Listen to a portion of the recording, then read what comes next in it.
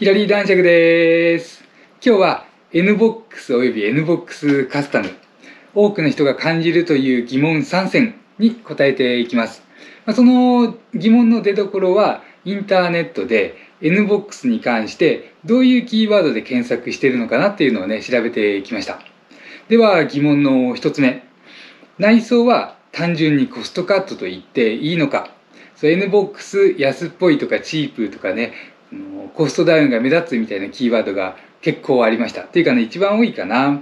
ということで、内装と実用性のお話。確かにね、いろんなところで手数は減ったりとか、無駄にこうね、ドーンと凝っていた部分とかが減りました。そういったこともあって便利じゃなくなったとか、チープになった、安っぽくなった、コストダウンが目立つようになったと言われています。で、こうした部分がどうなのか、自分はどう感じたというところで話していきます。現行 NBOX を見ると分かりやすい部分ですよね。仙台は目の前には大きなインパネがドーンと構えていました。同時に収納も多かった。メーターの前にあった便利な小物入れがすっぽりなくなっていますから、不便とか安っぽくなったと感じるのも納得です。ただ、ホンダがこれを削った裏には、ちゃんとした設計思想が推測できます。まず、メーターの蓋をなくして、インパネ上部を水平にして、極限まで位置を下げたこと。これによって、運転席からの前方視界がスッと抜けて、何がいいかというと、車の前方の近く、それからバンパーの隅とかね、車の間隔がすごく取りやすくなっています。道具としての使いやすさと安全性を突き詰めた結果と言えます。さらに質感についても騙されないでほしいポイントがあります。インパネの助手席前の黒いパネル、ちょっとね、石鹸を置くような、そういう感じのお風呂場みたいなイメージの部分なんですけれども、これがね、黒いパーツでありつつ、傷がつきにくい、もしくは目立ちにくい、実はね、すごく考えられた使いやすい部分だと思いました。本当パッと見るとね、艶のないプラスチックで安っぽいなとかね、思う人もいると思うんですよね。自分で言ったらちょっとお風呂場の台みたいな感じ。でもこれがね、実はよく考えられていて、光を乱反射させる特殊な表面処理。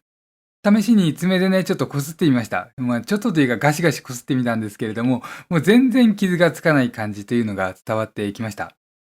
艶ありのピカピカしたパネルですと、見た目は華やかでも、乗ってるうちに細かい傷が目立ってきたりとかね、それによって磨かなきゃいけないとか、もっと無塗装の練り込み黒の、普通のね、艶なしの黒いパーツなんかは、もうどうしてもね、擦り傷が目立っていっちゃって磨くこともできない。で、ホンダはね、光沢パネルにしなくて、見た目の華やかさより、車を使い倒した時に何年経っても汚く見えない実用性を取った。車って道具ですから、使い勝手にお金がかかっているところに自分は魅力を感じます。これは単なるコストカットというより、削るというかね、見栄えを削って道具としての実用性を持ち上げた。そんな感じでね、お金のかかってるかかってないとはちょっと違うベクトルで判断したいところです。で、あとね、ちょっとこの部分で一つ本題。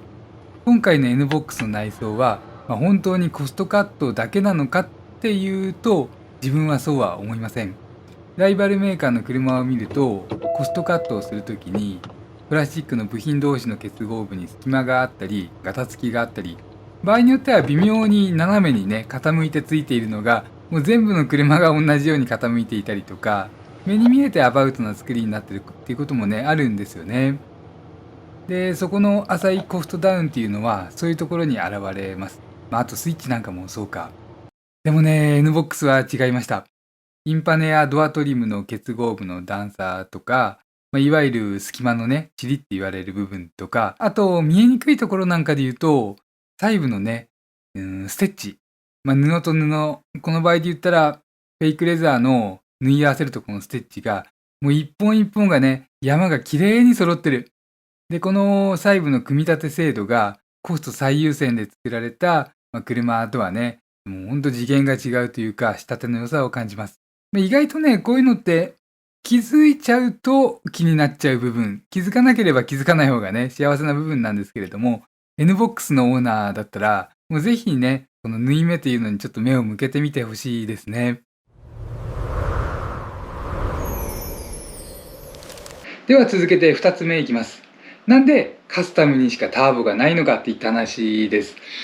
で、関連して、ターボがなんでうるさいのって、エンジンがうるさいのって話とか、あと標準モデルにターボがないというところをまとめていきます。そう、カスタムってカスタムらしさが重要です。でもね、世間ですと、今回の NBOX はね、カスタムらしさが失われたなんてね、言われています。持論としては、乗り味でカスタムらしさを表現しているなんてね、思っています。では、内容。はっきり言って音は大きいです。ホンダのエンジンって質が高いとか速いとか皆さん言われますし、確かに NA エンジンの58馬力という数値はライバルより1割上で高回転まで回る素晴らしいエンジンかと思います。ただ、ターボモデルであってもエンジンの音はガラガラと普通より大きめの音がします。S1、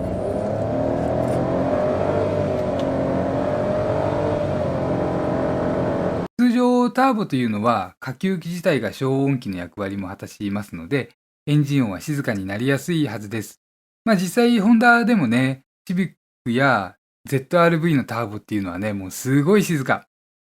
でもこの NBOX のターボはかけた瞬間に、あれこれ NA だっけなんてね、思っちゃって、どっちだろうって一瞬思いました。そうですね、他社メーカーと比較しても、ダイハツのターボ付きの車なんかはもっと静かですから、あと日産とかね。じゃあ、なんでホンダは標準モデルのターボを廃止して、カスタムだけにターボを設定したのか。これね、乗ってみると感じることがありました。カスタムらしさって言える部分がね、車から演出されているという話です。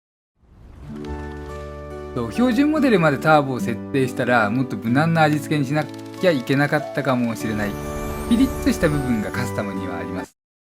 でね、最近のターボって存在を主張しない、NA かターボか分かりにくい味付けのものが多い。もちろんこれはね、NA エンジン大好きな自分にとってもすごくいいんですけれども、NBOX のカスタムのターボっていうのは、ちょっと違います。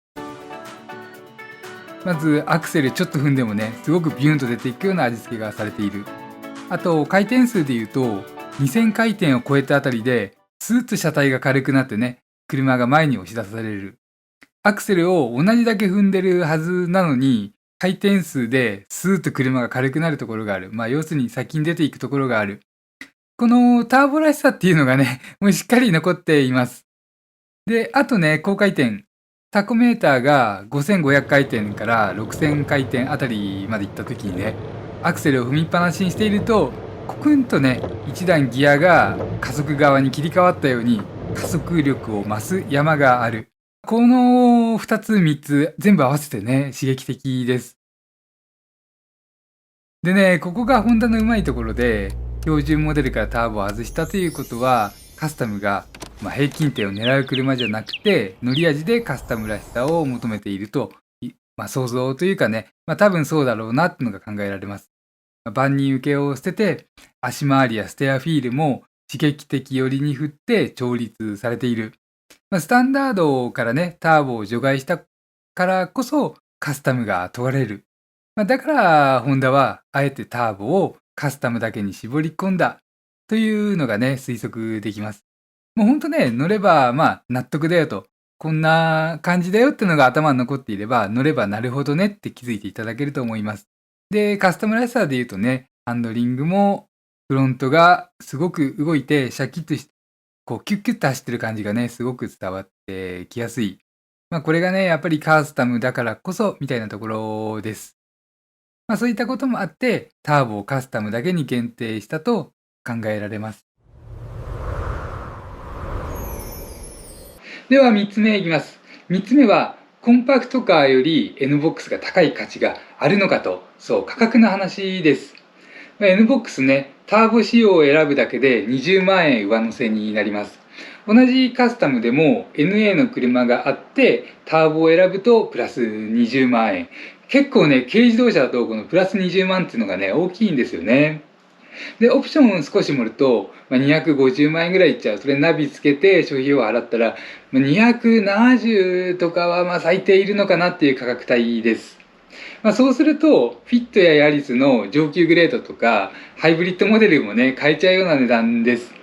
なので、だからこそっていうのかな、軽自動車にそこまで出す価値はあるのかって考える人が、今でも多いみたいです。結論から言うと、この NBOX はコンパクトカー以上の価値が間違いなくあるなってね、自分は思っています。それは注釈もありまして、特に時速60キロ以下だったらっていう制限もあります。そういった中でね、すごく NBOX は価値が高い車だと思う。意外とね、コンパクトカーってコスト節約されることが多く感じられますし、軽自動車は贅沢だよねって感じることが多いのは、どこのメーカーの軽自動車も一緒。装備とか使ってる部品とか、そういったあたりですね。お値段は一緒ですけれども、もう本当 NBOX カスタム買うんだったら、コンパクトカーのハイブリッド車が買えちゃう値段にもなってくる。で、ここでね、ちょっと物理的な話を混ぜながら進めていきます。フィットとかヤリスとか、アクアとかね、あとノートとかか、そうしたコンパクトカーって車体のサイズに余裕があります。車幅も広いし、あと車高が低いことも多い。なので、ある程度適当にね、そこそこだとしても、普通に安定して走りやすいというディメンションが、車がもうそういう作りをしている。で、不快な振動というのも、タイヤサイズとか、車の全体的なサイズでね、打ち消しやすい。軽自動車はご存知のように、もう枠というのが決められていますから、で、そんな軽自動車の中でも、スーパーハイトワゴンというこの NBOX みたいなジャンルで言うと、もうほんとね、狭い前幅に、もう高い前高に、それから短い前長というのもね、もうすごく効いてくる。物理的に不安定と言ったらいいのかな。もう不利なね、もう制限の中であれこれ考えられて商品として成立させているわけですから。もうほんと不安定な箱をもうカーブでぐらつかせずに、もうしっかり走らせ、速度を上げても、それなりには安定させて、かつ不快な微振動とか、それを上位に伝えないように、もう本当コンパクトカーとは比較にならないほど、もう設計とかね、使う部品で、もう何かを何とかしなきゃいけない。そういうものだと思います。人気の軽自動車って、全般的にそうです。フロントサスペンションに質の良い部品を使って商品として成立させる。これはすごくわかりやすい。あと、シートのクッション性で乗り心地を稼ぐ。これもね、すごくわかりやすいですね。で、誤解恐れず言うと、もうボディがいいとかね、構造がいいとか、普通の人は乗ったって違いを感じられないと、そういうものかと思います。ただ、シートとかサスペンションというのは、もう部品単体で見たらすごくわかりやすいです。で、ちょっとね、連動してフロントシートの話で言うと、この NBOX のシートが、結構ね、座面の部分にクッション性がしっかり確保されていて、で、それでいて固めで体を支えてくれる。ホンダ車の中でも傑作と言える出来だと思っています。実は、フロントシートのヘッドレストを外してみたんですね。そしたら、もうやけにずっしりと重い。本当重い。コンパクトカーの2個分、3個分ぐらいの重さがある。で、これもしかしたら、ホンダのエンジニアが、ヘッドレストをわざと重くすることで、シート全体を、内振動をさせないためのダンパー、いわゆるマスダンパーとして機能させているんじゃないかっていう気もします。もちろん安全性とかね、いろんな部分の兼ね合いで、ちょうどこうなったという気もします。で、そうやって考えていくとね、足元とかエンジンから伝わってくるプルプルとした不快な微振動が、人間の頭や背中に伝わる前にシート全体で吸収されていたり抑えられている。軽自動車の乗り心地をシートでね、繰り上げる。どこのメーカーもそうですけれども、柔らかくなっちゃう車が多いんですよね。もうスズキも日産もダイハツもみんなこの手の車は柔らかくして振動を吸収する。NBOX とかホンダ系がちょっと違いますかね。低反発ウレタンみたいな感じで、乗り心地を稼ぐ。で、そうですよね。もうほんと NBOX って、もう頭の上はすごく空間が広くて、で、かっちり走るような感覚がしっかり伝わってきて、微振動とか、あと大きな段差での衝撃か、こういった部分もね、もうきっちり消してくれている。速度を上げてくるとね、直進性の悪さとか出てきますけれども、それはもう軽自動車の持ち分じゃないでしょって自分は思います。で、ちょっとね、海外の自動車好きにも述べたいこと。もう、この NBOX を見てね、もう日本人が羨ましいでしょって本当に言いたくなる。実際に日本人が羨ましいってね、言うのも、海外の掲示板とかでね、目にしました。自分たちが日常的に足にしている軽自動車っていうのが、世界から見たらもうミニマリズムの奇跡というかね、もう実は贅沢な車でおしゃれ感もある。で、世界に向けて自分が言いたいのは一つ。もう本当羨ましいだろうってね、言いたい。これは海外向けの動画をいっぱい作ってきてる中で、もう軽自動車がね、一番これを言いたい。胸を張って、日本の車だぜって言えるのがね、軽自動車。で、その中で一番人気が NBOX。最後に一瞬でまとめます。NBOX は何を得るために何を犠牲にしたのか。そのトレードオフの設計判断がすごくはっきりしています。もう本当今回の3代目は明確ですね。2代目はリッチな方向に明確だった。3代目はシンプル無駄を削って実用性に振ってきた。そしてお値段をあまり上げなかったという部分で明確。